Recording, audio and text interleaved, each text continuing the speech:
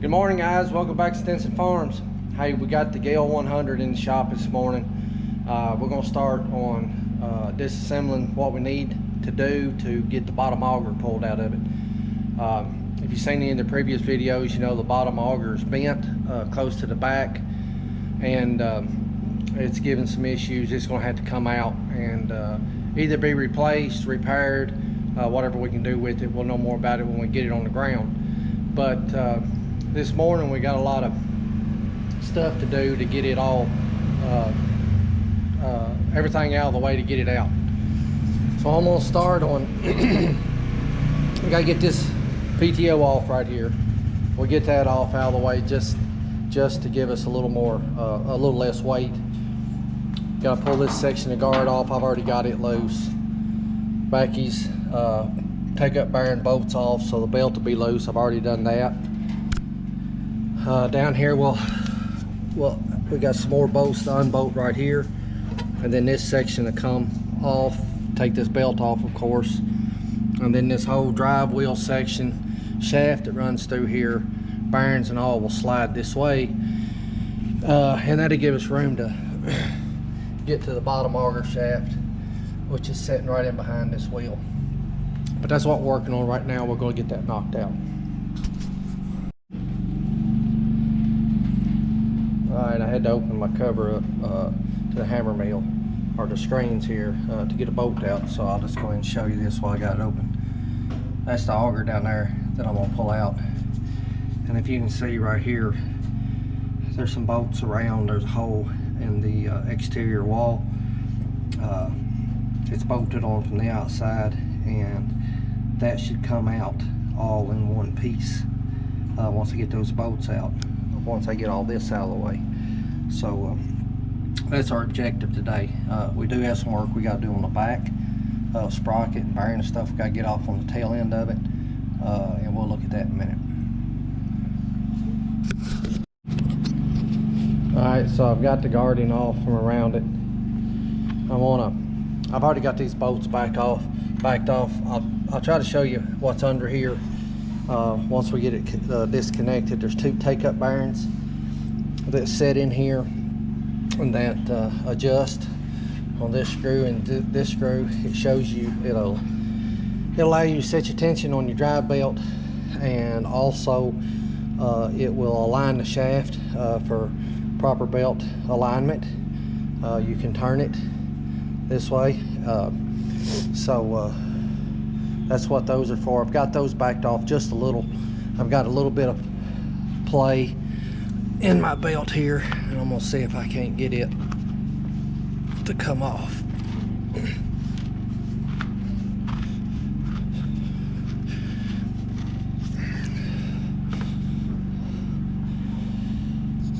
I may have to roll it a little bit. Hold on.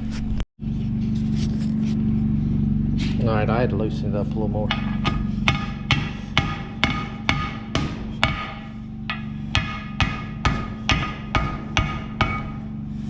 All right, there we go. And now we got the belt off of it. We can see a little more. I was going to take his PTO shaft off. It don't want to move. It's not necessary that it comes off, so I'm not going to fight it. So here's our access plate and everything to our auger in front. I have got to get this chain off before I move the wheel and everything out of the way. And I'm gonna be looking for a master link in that chain and see if I can get it unhooked. If not, I got a grinder. We'll get it off that way. I probably need to replace the chain anyway. All right, I got one more bolt to take out of this framework.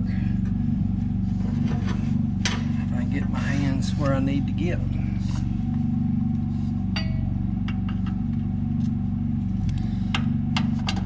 Get this bolt out, we should be able to move all this out of the way. I don't know how easy it's going to move. but it will be unbolted.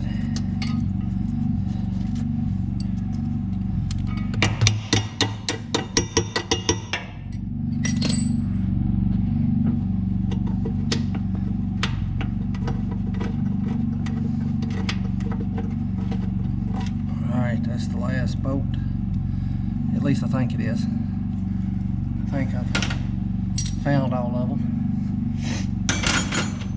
While we're under here, if you'll look right up here, you can see where this shaft comes through, and this is a take-up bearing that allows it to slide. There's one on either end, and they are adjusted by these screws right here, and that sets your tension on your belt and also the tracking on your belt.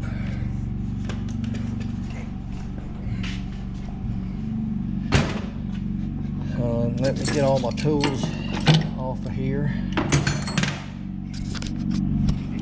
Now this whole thing should move. I'm not 100% sure it will, or how easily it will, but it's supposed to.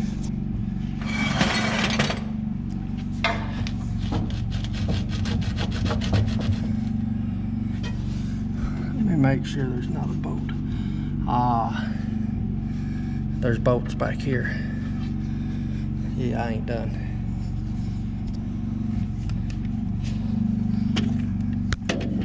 If you can see right up behind that shaft, there's a series of bolts that runs across there. Oh boy, them's gonna be fun. Alright, we'll get them knocked out. Alright, so those bolts I just showed you there are bolted through to the inside of the hammer mill housing, and I'm gonna have to open this door to get to them, and I can't really get to them. I can't be up here and down there at the same time, so there's a bolt here and there's a bolt here. I'm gonna jerk these bolts out. I'm gonna take this door to the hammer mill off. We'll get it off out of the way, and then I can do everything from the same elevation, and I ought to be able to get to those bolts pretty easy. Alright, so I got the door to the hammer mill off, or the screens, and these are the bolts right here that I gotta get out. They're carriage bolts, but I didn't know that. I still need to be able to get to them. I don't want them to drop down in there. So I'll get the nut off the other side, up underneath here, and we'll be ready to set this unit out. We got all the bolts out of it. It's loose, done moved it a little bit. We're ready to set it off, and got Dwayne here with me. He's gonna help me set this in the floor, because I don't know if I can handle it myself. Which end you want?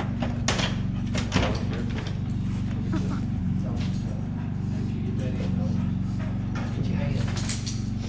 Oh, it's kind of slide, kind of straight out. This is good with This, yes.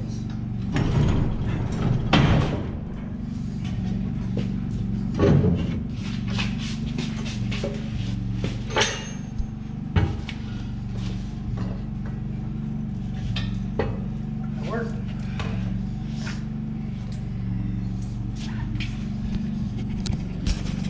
All right, so that's out of the way. I had to do all that just to get to this auger. But here we are. We're right where we need to be. We'll get the bolts out of it, get the sprocket and the bearing off the other end, and we'll be ready to jerk her straight out. All right, I got the bolts out of the front. So you can see this is loose, and we'll be able to slide that out. It'll probably be a little bit of effort, but it'll come out of there in a minute. The main thing's back here now, and I don't know. We've got a couple different options, but I think we decided on what we're going to do. This sprocket was wore out, the keyways wore out, and I couldn't keep it on the shaft when I was trying to use it, so I probably a little more than tack welded it, but I welded it to the shaft. Well, the shaft's junk anyway. Bearing's out. right here it's in pieces. I'm gonna try, all this has got to come out and be redone. So I'm gonna try to cut this shaft in two right on the back end, and then pull everything out the front except for the sprocket and the bearing. I'll pull it out the back, and then I'll get all that apart later. But we're gonna work on getting this chain off, getting the shaft cut, and then we'll have everything where we can pull the auger out.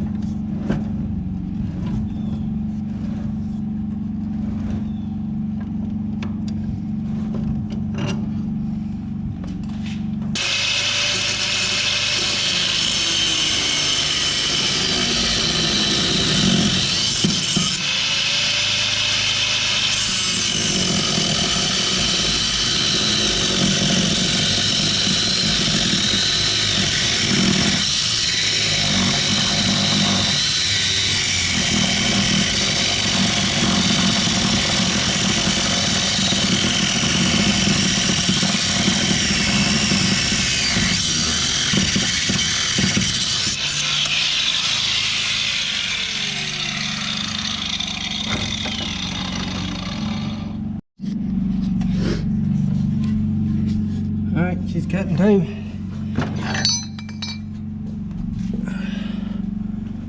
There's the tail end of it.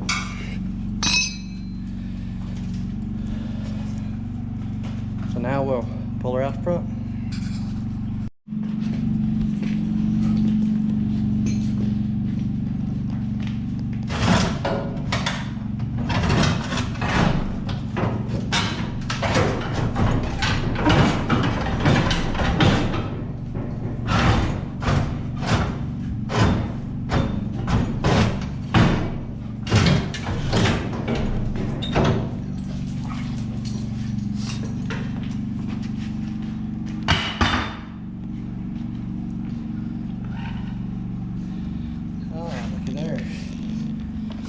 There's where the bend's at.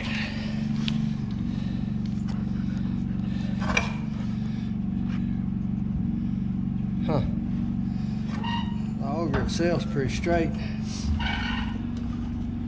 That's a little janky, but hey, a little bit wore out. That's that shaft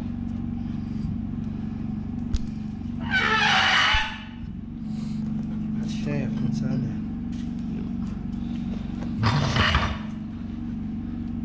That is a whole shaft all the way through it.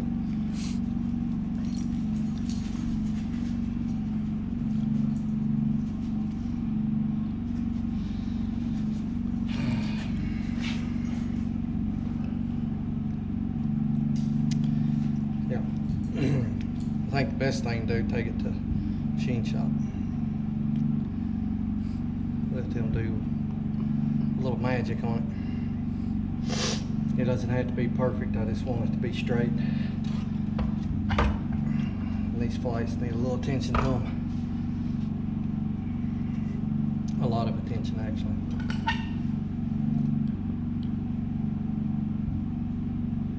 Alright, that's it. Well guys, this is part one. We got the auger out of it, and it's something that I'm probably not going to tackle here. The way this thing is made, the flights and the auger itself is a sleeve. It's got a shaft that runs completely all the way through it, up to the other end where the bearing and the sprocket and everything's mounted. And the shaft here on the tail shaft right here is where it's bent, and I'm gonna have to have a new shaft. Gonna have to have some work done to the auger flights. So we'll take it to some people that's got the proper equipment and know how to do that, and we'll get her straightened back in, straightened up, and get it put back in. I've got some work I'm gonna do on the tail end. I'll catch that in the next video, where we're going to get back together with it, and hopefully we get this thing put back in. Everything else is pretty decent on it. Hopefully we get that put in and get that problem straightened out. She'll be able to grind some feed then, and we'll fire her up and see what she'll do.